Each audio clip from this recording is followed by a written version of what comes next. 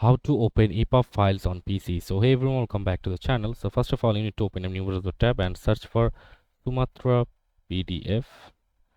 And after that, as you can see, this is the official web link of Sumatra PDF reader. You just have to simply click on here, and then you just have to click on the download section from here and install the dedicated version you want to download from, and click on the installer like Sumatra PDF 3.5.2 64 install.exe. And after that, you just have to simply install it on your PC.